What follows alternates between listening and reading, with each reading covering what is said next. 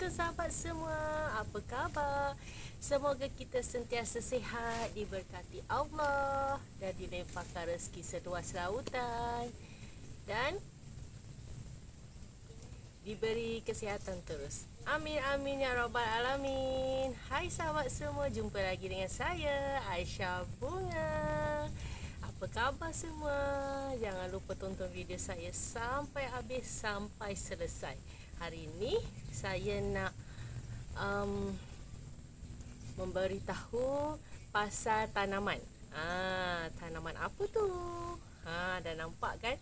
Saya kalau nak buat video, saya akan macam contoh apa pokok yang saya nak buat video. Time tu saya akan letak pokok tu di sekeliling saya. Biar sahabat semua tengok tanaman saya. Okey, boleh bezakan antara contoh tanaman, sebab ada yang sebelum ni saya tak buat kumpul macam ni. Tanaman saya tunjuk tanaman saya yang kecil je. Bila saya post tanaman saya yang besar gedabak macam kat belakang ni, saya taklah letak macam contoh ada pokok ni saya snap gambar kan. Tapi saya ambil gambar yang ada kat belakang ni, saya post. Lepas tu orang tu bertanya, pokok yang ada dalam gambar tu betul ke tanaman awak? Macam tu. Okey, saya kalau contoh nak buat video ke, nak upload dalam Instagram ke, Facebook ke, TikTok ke, saya kena snap gambar saya sekali kot. Baru orang tu percaya. Lepas tu saya balas, saya tunjuk gambar semua, saya buat video macam live dekat dia, baru dia tahu tanaman-tanaman saya dah besar gedabak. Tapi mana yang tonton video saya dari awal dulu, masa saya tak banyak subscriber, boleh tengok tanaman saya yang dulu dengan sekarang banyak sangat beza. Alhamdulillah sangat, dengan izin Allah tanaman saya boleh besar gedabak macam ni. Okey, hari ni saya nak bagi tahu dengan sahabat semua cara-cara untuk kita menjaga keladi lintah. Sebab ramai yang tanya saya, keladi lintah dia orang tak sebesar keladi lintah saya. Saya tak tahu apa sebab, saya tak tahu. Mungkin tak ikut macam contoh step by step pasu. Macam contoh guna pasu tu pakai macam contoh dia dah penuh ataupun dia dah rimbun, tak tukar ke pasu yang lagi besar.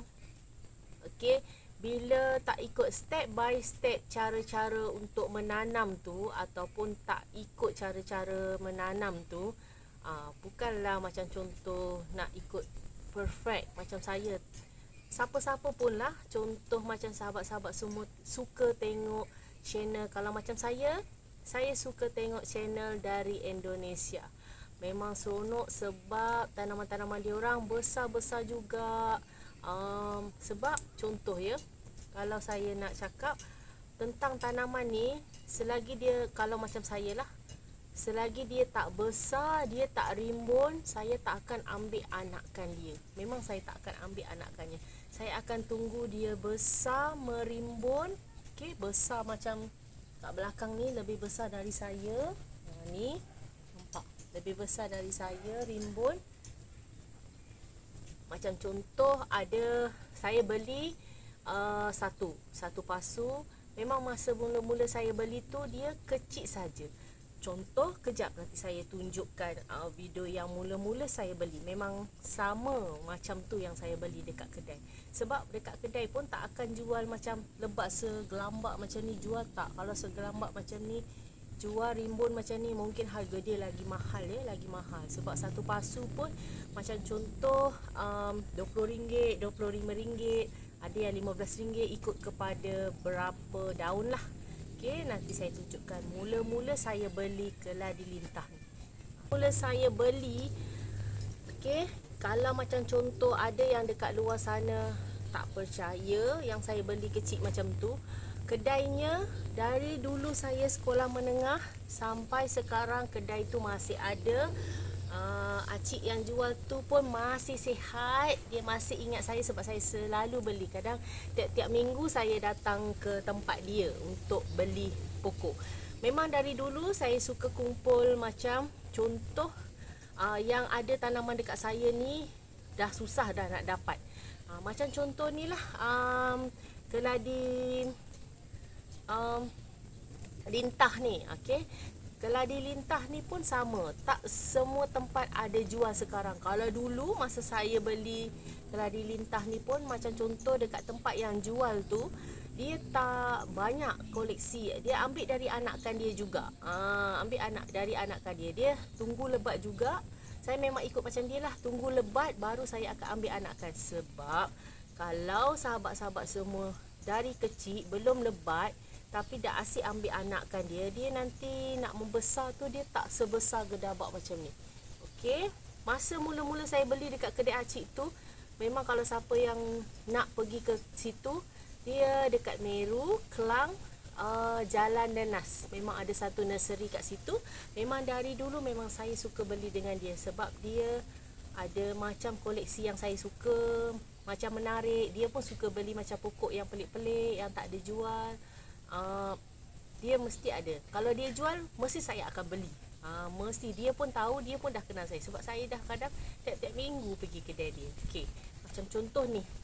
Mula-mula saya beli macam ni lah. Kadang ada 4 daun. Dia tak akan jual macam besar-besar, tak ada. Kalau sahabat-sahabat semua pergi dekat nursery, dia tak akan jual gedabak besar macam ni. Okey, gedabak besar macam ni contoh. Ni sedang tau, ni yang kecil. Ni yang sedang. Ini pun yang gedabak ni tak berapa besar ya. Nampak. Dia sedang-sedang tapi dah ramai orang cakap dia rimbun. Ni lebat memanglah kan sebab orang yang tak biasa tengok rimbun. Macam saya memang dah biasa sebab tanaman-tanaman saya semua rimbun-rimbun. Tapi kalau sahabat semua nak belajar, nak rimbun macam tanaman saya, boleh je. Ada juga ramai yang WhatsApp saya untuk penjagaan semua. Saya pun ajar juga. Daripada tak tahu apa-apa, sekarang dah pandai menanam. Saya beli tu memang macam ni kecil. Dulu masa saya beli kecil macam ni RM20. Macam ni RM20 saya beli. Sekarang dah besar, dah dapat anak dia. Okay, banyak dah yang saya jual sebab ramai memang yang minta keladi lintah ni, memang ramai yang beli. Masa saya beli tu, yang ini kat belakang ni dia punya emak. Okey. Tunggu saya tunjukkan ya. Memang lebih besar dari yang ni. Yang ini dia pasu petak macam ni je. Nampak. Okey, yang ini belakang emak kepada yang ini juga. Yang ini pun anak dia juga. Okey. Yang ini anak dia kepada yang ini. Saya tunjukkan.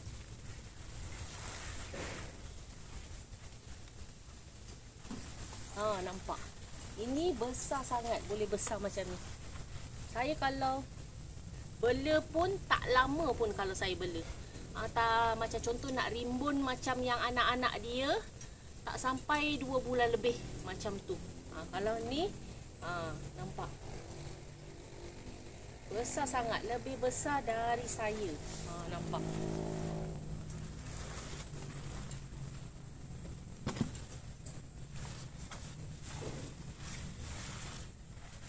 Okey, nampak. Tu lebih besar dari saya. Okey, yang ini pun anaknya. Ada juga yang saya dah tanam dekat tanah, anak dia juga. Masa saya tanam macam ni, sekarang pun dah rimbun. Nanti saya tunjuk video yang saya tanam dekat tanah tu. Dia pembesaran dia tak kisah. Kita nak tanam dekat tanah ke, kita nak tanam dekat pasu ke, dia tak kisah. Dia cepat je membiak kalau ikut step by step dia punya pasu. Macam contoh yang ini pun kita dah boleh tukar pasu besar juga macam yang dekat belakang. Ni anak dia. Okey, untuk penjagaan dia tu, okey, macam contoh pasu kecil macam ni, kita dah boleh tukar pasu yang lagi besar. Okey, sebab apa? Ni dah besar, dia dah tumbuh anak dekat sebelah. Okey, kalau macam ni, kita dah jangan tunggu-tunggu lagi. Jangan tunggu-tunggu dia nak besarkan lagi, terus je tukar pasu. Tukar pasu yang lebih besar. Tukar pasu yang lebih besar. Okey, nanti kalau kita step by step, contoh kita ikut turutan pasu, dia lagi besar, lagi rimbun, dia cepat naik, cepat rimbun kalau sahabat semua tukar pasu. Okey, media tanah pun kena media poros, okey, baja jangan lupa seminggu sekali. Untuk gembur-gembur tanah tu macam biasa ya sahabat semua, kalau nak gembur, sebab ada yang DM saya tanya macam mana kita cara-cara nak menggembur. Menggembur tu subjek yang paling biasa kalau kita untuk menanam ni. Okey, sahabat semua, korek je dari atas ni. Gemburkan je dia. Beli yang macam skop ke, ataupun ada jual alatan-alatan untuk kita mengorek tu. Kita korek je, congkir-congkir je. Siapa yang pakai macam contoh Hormos yang beli dengan saya, kita tak perlu macam keras sangat nak korek, sebab media tanah poros ni dia ringan. Tengok tadi saya angkat pasu tu, besar macam tu, kalau guna tanah memang tak terangkat lah. Kalau pakai tanah poros, senang je. Tengok saya angkat tadi. Saya ni ada penyakit slip disc tau. Penyakit slip disc, sakit tulang belakang. Saya memang tak boleh angkat berat-berat. Itu yang saya terfikir macam mana nak buat media tanah ringan untuk kita jangan berat-berat angkat. Kurangkan berat. Kita kurangkan tanah dengan kokopit. Kokopit dengan tanah tak perlu banyak-banyak. Okey, media poros yang kita kena banyak. Tak kisahlah sahabat semua nak pakai sekam padi ke, sekam bakar ke, banyak lagi yang media kering kita boleh campur. Lagi banyak yang kita campur, lagi bagus. Macam contoh Hormos yang saya jual tu ada 7 bahan dalam tu. 7 bahan. Okey sahabat semua, macam contoh pokok keladi. Saya ni padahal baru je tadi sebut. Kadang-kadang otak tu dia dah fikir yang lain, susah nak ingat. Keladi lintah. Allahu Akbar. Okey, keladi lintah ni memang tak suka macam panas. Kalau panas, daun akan terbakar kuning. Okey, daun akan terbakar kuning kalau letak tempat panas. Dia kena tempat redup-redup baru cantik. Tapi kenakan cahaya matahari pagi.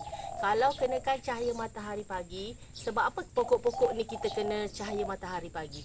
Sebab cahaya matahari pagi tu menyihatkan daun. Bila daun tanaman kita sihat, dia akan mengeluarkan warna yang cantik untuk tanaman.